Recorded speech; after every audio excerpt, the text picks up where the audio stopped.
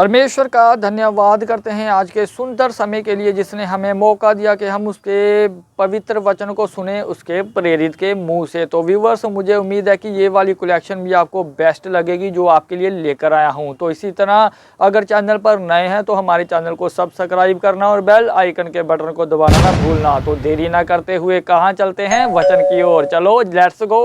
व्यभिचार से बचे रहो।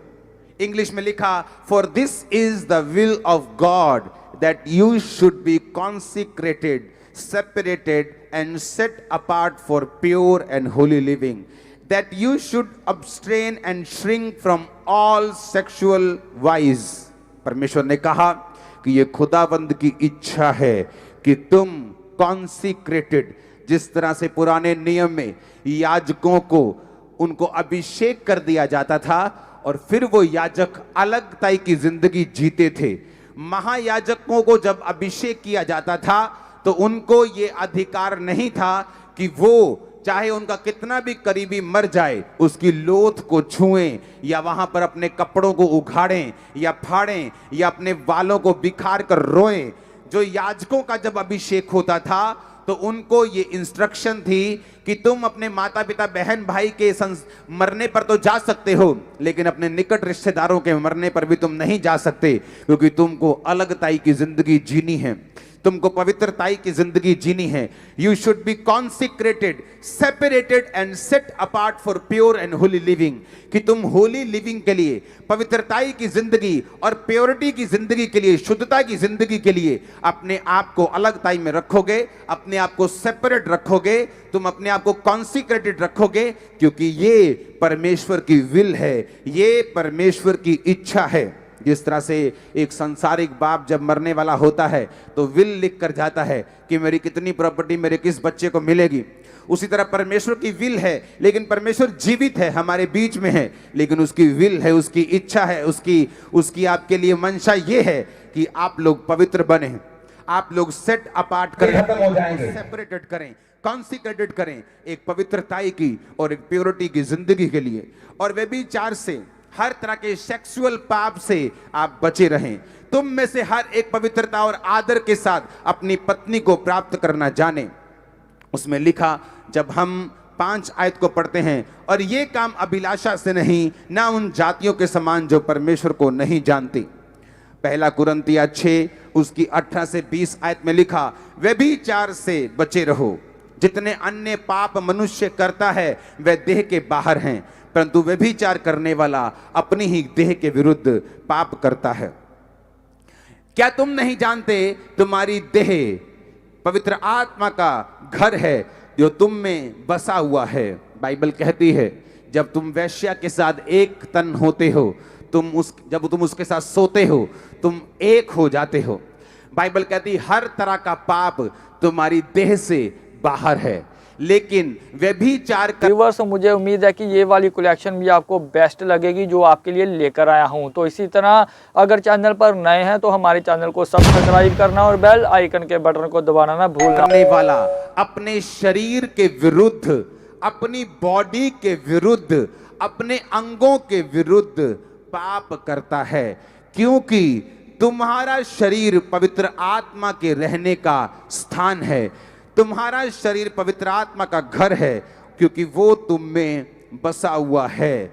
बाइबल कहती है कि अपनी पत्नी के अलावा अगर तुम शादीशुदा हो, तुम किसी के साथ भी, चाहे वो तुम्हारी एंगेजमेंट हुई हो, चाहे वो तुम्हारी कोई भी हो, तुम सेक्सुअल रिलेशनशिप नहीं रख सकते, तुम्हें पवित्रताई में ही रहना होगा, क्योंकि ये परमेश्वर की इच्छा है कि तुम अलगताई में, सेपरेटेड, सेट अपार्ट, प्योर, शुद्धता और होली लिविंग के लिए, पवित्रताई की जिंदगी के लिए तुम रह सको।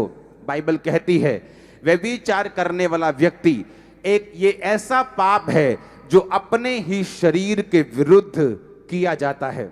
ये एक ऐसा गुनाह है जो गुनाह एक व्यक्ति को गंभीर रूप से बीमार कर सकता है।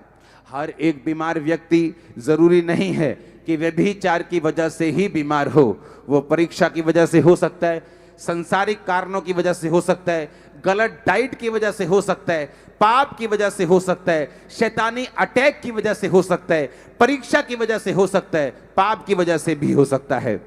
बाइबल कहती है जो ये पाप करते हैं व्यभिचार, वो अपने ही शरीर के विरुद्ध, अपनी ही बॉडी के विरुद्ध पाप करते हैं। हालेलुया। व्यभिचार से बचे रहो। पहला कुरिन्थियों 6 उसकी 18, क्योंकि जितने मनुष्य पाप करता है अन्य पाप, वो देह से बाहर हैं, वो शरीर से बाहर हैं, परंतु व्यभिचार करने वाला अपने ही शरीर के विरुद्ध पाप करता है।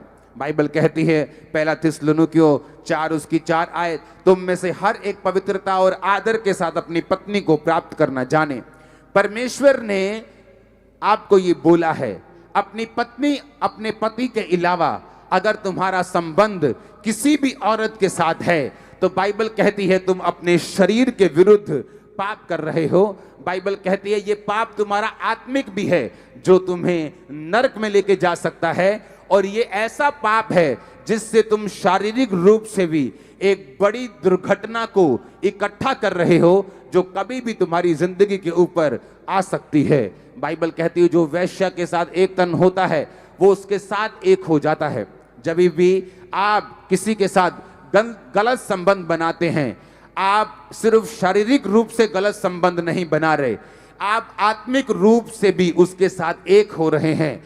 आप उसके श्रापों को भी ले रहे हैं, आप उसकी दुष्ट आत्माओं को भी ले रहे हैं, आप उसके सारी गंदगी को भी ले रहे हैं। वो सारे आत्मिक श्राप, वो सारी गंदगी जो आत्मिक उसकी जिंदगी पे है, आप वो भी अपने ऊपर, वो सारा बैड लक भी अपने ऊपर और अपने शरीर के ऊपर बीमारियों को भी ले रहे हैं। बाइबल कहती है परमेश्वर ने कहा जितने मनुष्य अन्य पाप करता है वो शरीर से बाहर हैं। आप जानते हैं पाप कई प्रकार के हैं। ऐसे बहुत से पाप हैं जो आपको नरक में नहीं लेके जाते। बाइबल कहती है बहुत से ऐसे पाप हैं जिनका फल मृत्यु नहीं। कुछ पाप ऐसे हैं जो आपको नरक तो नहीं लेके जाते लेकिन उनका असर आपकी जिंदगी पे रहता है। पर कुछ पाप ऐसे हैं जो आपको मौत की ओर लेके जाते हैं, जो आपको आत्मिक मृत्यु की ओर लेके जाते हैं। जब एक व्यक्ति आत्मिक रूप से मर जाता है वो शारीरिक रूप में कभी भी शैतान के बड़े अटैक को कभी भी अपनी जिंदगी पे देख सकता है। कभी भी शैतान उसकी लाइफ पे, उसके फाइनेंस पे अटैक कर सकता है। ऐसे बहुत से लोग हैं जिनकी लाइफ में परमेश्वर ने उसको अच्छे बिजनेस के साथ ब्लेस किया, अच्छी सेवकाइयों के साथ ब्लेस किया। ऐसे लोगों को मैं पर्सनली जानता हूं, एक अच्छी सेवकाइयों के साथ खुदावंद ने उनको ब्लेस किया, लेकिन पाप में गिर गए, व्यभिचार में गिर गए, परमेश्वर से तौबा नहीं की, अपने पहले प्रेम को वापस नहीं लेके आए। परमेश्वर ने कलीसिया को तितर-बितर कर दिया, सब कुछ उजाड़ दिया, सब कुछ खराब कर दिया, परिवारों को खत्म कर दिया, सिर्फ इस पाप के कारण। परमेश्वर का धन्यवाद करते हैं जिसने हमें पवित्र समा दिया कि हम पवित्र वचन को सुने जो महान सर्वशक्तिमान है। तो व्यूअर्स मुझे उम्मीद है कि ये वाली कलेक्शन भी आपको बेस्ट लगी होगी और आपने अपने आप को भरा होगा। तो इसी तरह मिलते हैं नेक्स्ट वीडियो में, तब तक के लिए सबको जय मसीह।